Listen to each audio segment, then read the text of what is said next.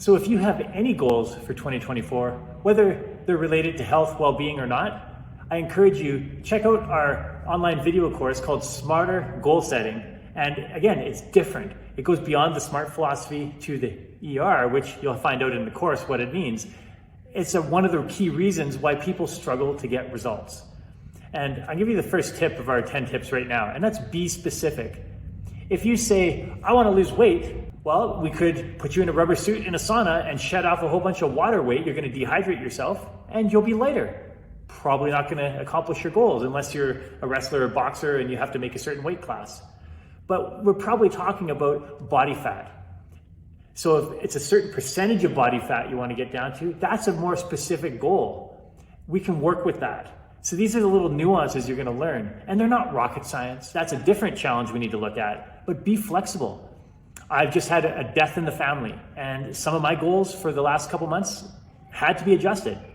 That was what the priority I chose in the moment was to manage my own grief, work through some of that process. So there are things that come up that we need to adjust. I haven't lost sight of my goals. They're still there. I still write them down, but I adjusted the time frames. I adjusted based on one of my fitness goals earlier in the year. I had an injury. I had to adjust that. I was out mountain biking, had an injury, nothing to do with my other training, but I wasn't able to do that. So I had to adjust my goals. Was I disappointed? Sure. Did I beat myself up and give up on my goals completely? No. There's a great analogy that says giving up on your goals is like, because of a setback, is like slashing the other 3 tires on your vehicle when you get one flat. That's what a lot of people do, is they're like, oh, I missed it, I'm done, and they just give up completely. So be flexible, adjust your strategy, adjust the time frames, even adjust the process. Those are things that are important to do. And when you do them and you follow the other parts of the SMART-e.r framework, you will see outstanding success. All right, tip number 2 on our 10 tips for better goal setting. And that is to make your goal measurable. We already talked about being specific. By making it measurable, we want to know how much of something, like how much weight do you want to lose? How fast do you want to be able to run that marathon? How much weight do you want to lift? All of these things, you have to know that. People say, I want to be stronger. Well, what does that mean? If you do one workout, are you stronger? Or how do you know? So make sure it's measurable. How are you going to know when you've actually accomplished that goal? If it's a certain number of pounds to lose, understand where, again, the specificity comes with what type of weight do you want to lose? Is it your arm, your leg, or body fat, or water? Those are things that we can measure, so we need to be able to determine what measurement we want. All right, tip number 3 is to make it achievable. We talked about specific, we talked about measurable. Now, the A is achievable. It has to be something that is possible to do in a realistic time frame. Now, we use the weight loss example. It's one of the most common goals that people have. If someone says maybe they weigh 250 pounds and they want to lose 100 pounds, that's possible for sure. Now, depending on the time frame, they might say, well, I want to lose 100 pounds by tomorrow. Okay, unless we cut your body in half, it's probably not going to happen. But the fact is, it might be over a longer term, so we might just need to set a more achievable short-term goal to help us along that process. So these are little nuances that often people forget. And some people have this big vision in their head and they say, yeah, that's what I want to get to, but they fail to set the little pieces in between, the steps that are going to get them to that goal, and that's why they struggle. All right, number 4, and this one is that it should be relevant. The goal you set should be relevant to what's really important to you, where you want to get to. Now, this is one of the biggest challenges that people face in goal setting, is that they set goals that might be technically or tactically important, but there's no real no desire behind them, because they're like, So make it relevant, make it an emotional connection, something that you get fired up every day to accomplish. Tie it to your why. Why is this goal relevant to me right now? And this is, we'll go back to the the weight loss goal that's most common right now. And people say, I want to lose 10 pounds. And the first question I'll ask is why? Why do you want to lose 10 pounds? And if they're like, well, I'll look better. Okay, why does that matter? They're like, well, because people will like me better. Like, well, why don't people like you now? Why is it important for people to like you more? And once we start asking these questions, then we get to the real thing. Number 6 in our goal setting series, talking about smarter goal setting. People are setting goals willy-nilly, or they're not setting them at all because they're so frustrated and burnt out of having their goals fail in the past that they're like, goals don't work. Goals absolutely work when you do them correctly. So tip number 6 is to evaluate your goals regularly. Evaluate your progress regularly. And this is the E in the S.m.a.r.t.e.r acronym that we use. So we've got specific, measurable, attainable. I always like to say action-oriented as well. Realistic, time-bound, evaluated regularly.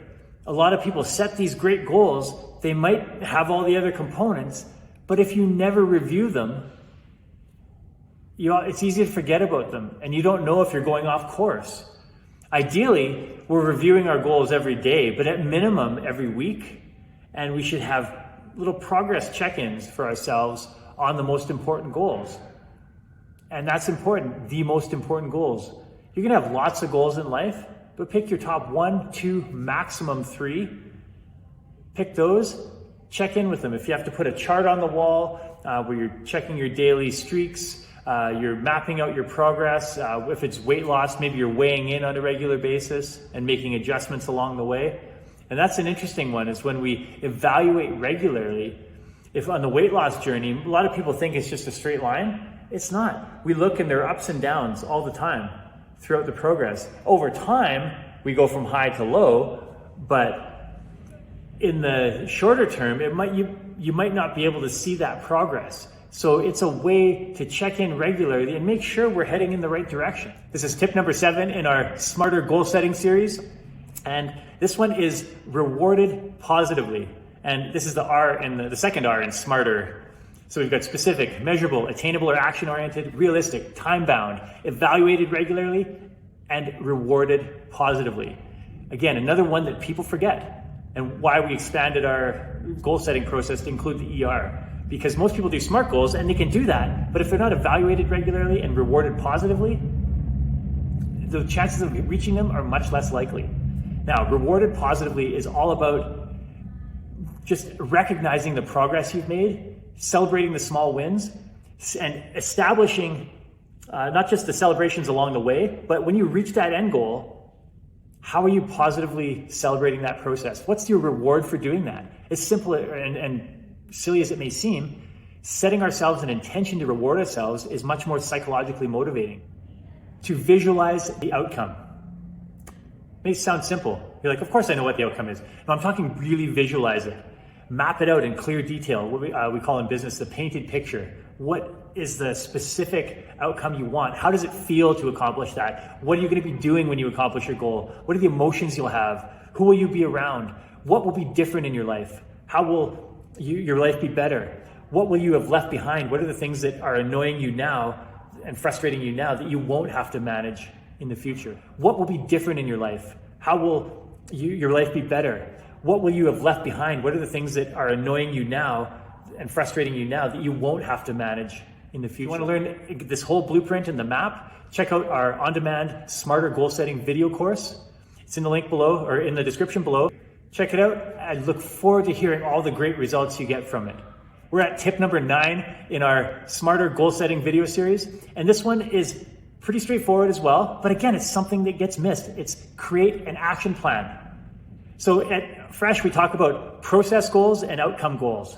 Most people set outcome goals, which are necessary. Both are necessary. But the outcome goal is your stick in the sand down the road. The process goal is how you're going to get to that stick in the sand. And this is something that's missed. People say, I want to lose 10 pounds, 20 pounds, 50 pounds, 100 pounds, whatever the number is. They set that outcome goal, but they forget to map out the process of how they're going to get there. What are the habits you need to build? What are the things you need to do every single day or on a consistent basis to make sure that you reach that goal? That's what's often missing and one of the key reasons people struggle to reach the goals that they have. All right, we're at tip number 10 in our S.m.a.r.t.e.r goal setting video series. And this one is all about being flexible. Now, as we're going through towards our long-term goals, sometimes things come up. We have to adjust. A lot of people are so rigid on their goal, they forget to realize that humans are imperfect, life happens, things come up. It doesn't mean you lose sight of the end goal. It just means you have to adjust the process a little bit. So be flexible. So many people beat themselves up if they miss a deadline. That's okay. If you're missing multiple deadlines in a row, that's a different challenge we need to look at. But be flexible. I've just had a death in the family, and some of my goals for the last couple months had to be adjusted. That was what the priority I chose in the moment was to manage my own grief, work through some of that process. So there are things that come up that we need to adjust. Thank you so much for watching the video. Now, before you go, we've got a free mini course, our treat to you. It's called The 5 Myths in Fitness and Nutrition. Link is in the description below. Check it out. I look forward to hearing what you think.